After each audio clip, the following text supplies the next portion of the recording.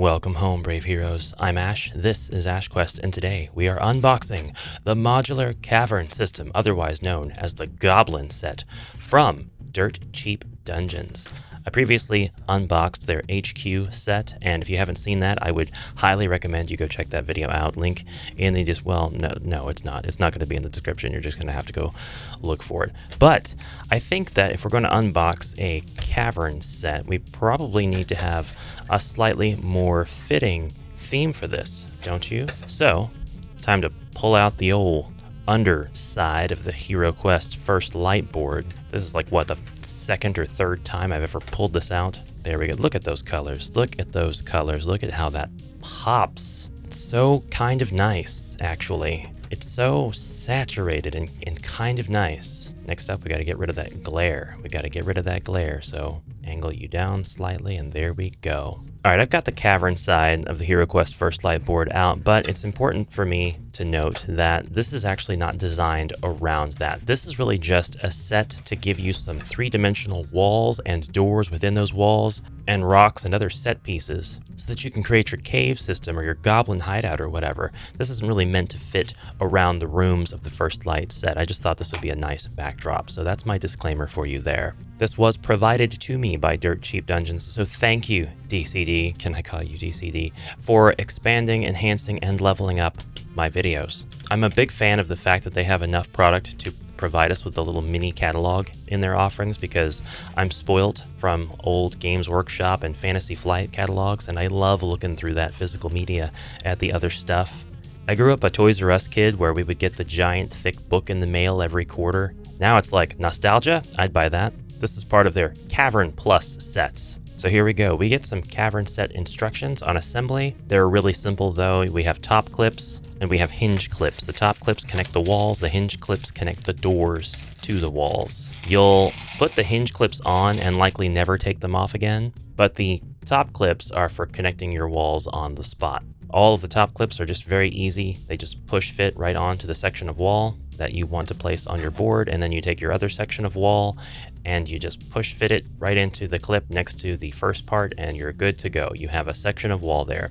You can continue on making sections of wall until you have a whole landscape. Important to note, this set comes with a lot of these rock outcroppings, these stalagmites that are not walls per se, but they can act like walls. They can act like temporary walls. They can act like just things that are there blocking your path, blocking your line of sight, causing you to have to skirt around, creating corridors out of rooms, blocking treasures, creating opportunities for ambushes, and more. This is all my observation. They just sent me this stuff. I get to do practically whatever I want with it. I do want to point out, with this set specifically, yeah, I'm pulling this up to my nose to smell it. It actually has a bit of a stronger smell than the other components. That's because this is made from, I think they said, up to 30% recycled materials, and we're getting a bit of that smell from the manufacturing process. It's not an unpleasant smell, but if it's something that you don't like, you could let these air out for a day or two, and I think they'd be absolutely fine. You get it more on these than you do the other sets, but like I said, it's not an unpleasant scent. I just say this because everybody reacts to these things a little bit differently. Making a return is the double wide door. Huge fan of these things, and I think they fit really well in a dungeon setting that includes a cavern or set of caves. Look at that, I didn't see this before. We get a little 1x stalagmite. That's awesome. Now this box is really small. I don't know if you realized from looking at my probably long, slender fingers in relation to it, but we get a lot of stuff in a small box. It is packed full, and then when you're done with all of this stuff, it's just gonna fit right back in the box. You shouldn't even really have to struggle, especially after you get the doors installed into their frames, so to speak. Oh, I actually overlooked this. This is brick inlaid into this wall. We have rocky outcroppings outside of this brick. That looks really, really cool. But they follow a 1-inch grid system, and every single piece is actually balanced and based such that it will stand on its own without any sort of 90-degree assistance. Yeah, you could knock it over, but I mean, if you're not trying to recreate a scene from Godzilla, it's perfectly fine. Now, a lot of the parts that come with this set are curved, so you've got some slight anglage. You can create very natural caverns with these curved pieces, or you can have rounded off sections. Perhaps they look a little bit more manufactured. Not manufactured as in the item was manufactured, but like manufactured in your world by knights and people creating very deliberate passages through these caverns rather than them being natural. Though we don't get a lot of doors with this one. We do get single tile wide iron bar doors, and we get wooden doors. And then we do get a couple of the 2 tile wide wooden bar and iron bar and wooden doors as well. So you have choices for what you want to put in your double door here. Now we actually don't have a parts list on the box for this, but you should be able to create this sans the miniatures. That's right, we've got columns here as well, rocky columns. And piles of bones. I know I pulled these out earlier and I didn't really talk about them, but we have bone piles. Everything is already an appropriate color. You don't have to paint any of this stuff. I mean, you definitely can. This stuff takes paint like a champ. I didn't even have to prime the gray bricks from the HQ set. I just put the paint right on and it worked. I don't advise doing that, I guess. I mean, but you definitely can. I'm gonna put the wooden doors on my double door because I think that if you're going to come into a place like caves and you're gonna do it via door, it's probably gonna be via wooden constructed door if it's going to be this big. I could be wrong. And we'll put the iron bar doors on the other sections. This is just a way of keeping people out. You can only open these if you have keys. If you're playing with me, that is. Off topic and just a ramble, but I think if you're going to design different doors or implement different designs of doors in your game, then you should definitely give them all different mechanical purposes. Now, just like before, you might have to do a little bit of working to get these doors to open and close to their full range of motion. There we go, yeah. Because they should be able to open all the way just like this without any problems in either direction. So if they're not doing that and it feels like they're gonna pull the clip out or something, just hold the clip in place and continue turning the door until it kind of snaps into place.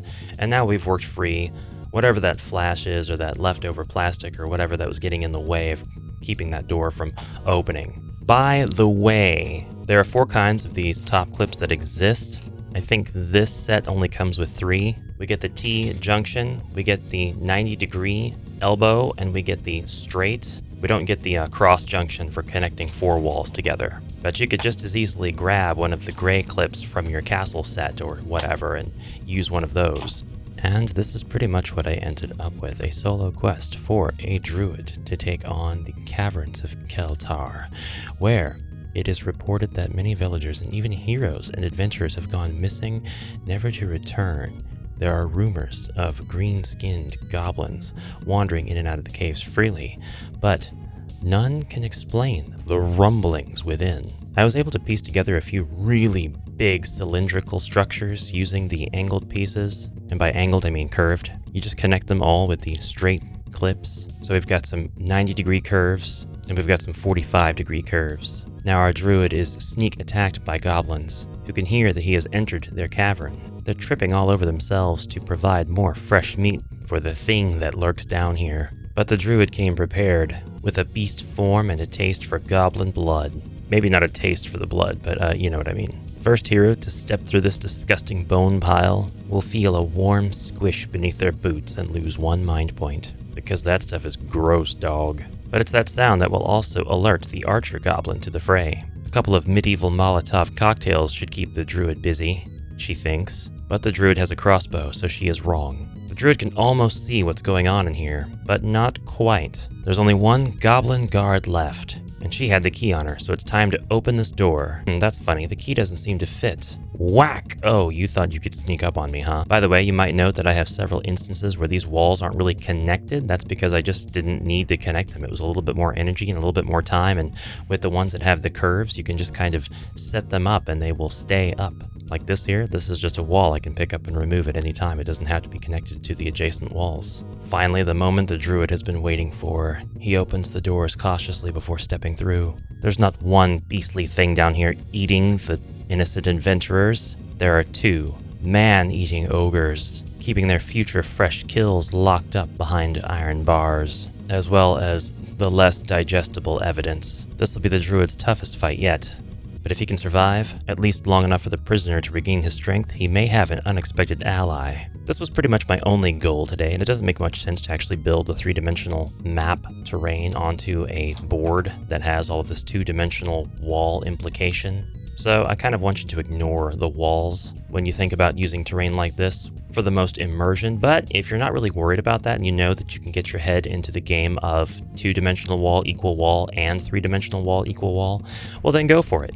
Do whatever you like. I believe in you. By the way, this is how many clips and doors we were left over with. Do not worry, you have enough clips to do whatever you want. I'm gonna have to rewatch this video to see how all of this stuff went back in. I was hopeful it would be like effortless, but it looks like it's gonna require a little bit of finagling. I'm sure that there is like once you've done it once successfully, you can do it 100 more times. Not 101st time though, forget that. Didn't take too much effort though. I mean, this is my first time putting everything back in the box after completely emptying it.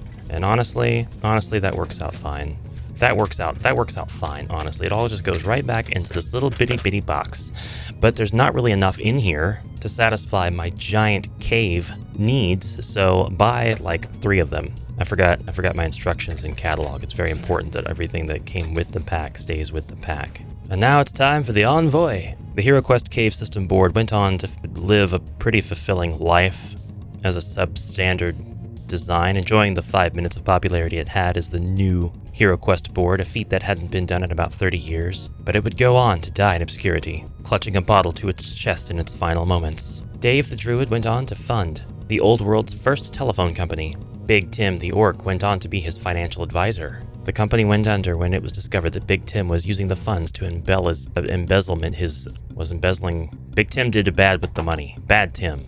Big Natty and Axe Daddy went on to form the greatest rap duo the Ogre Kingdoms had ever seen. It is said that no fire magic was hotter than their mixtapes. Ash went on to do more HeroQuest videos, and you, the viewer, liked them, commented, and subscribed. Bye bye, brave heroes.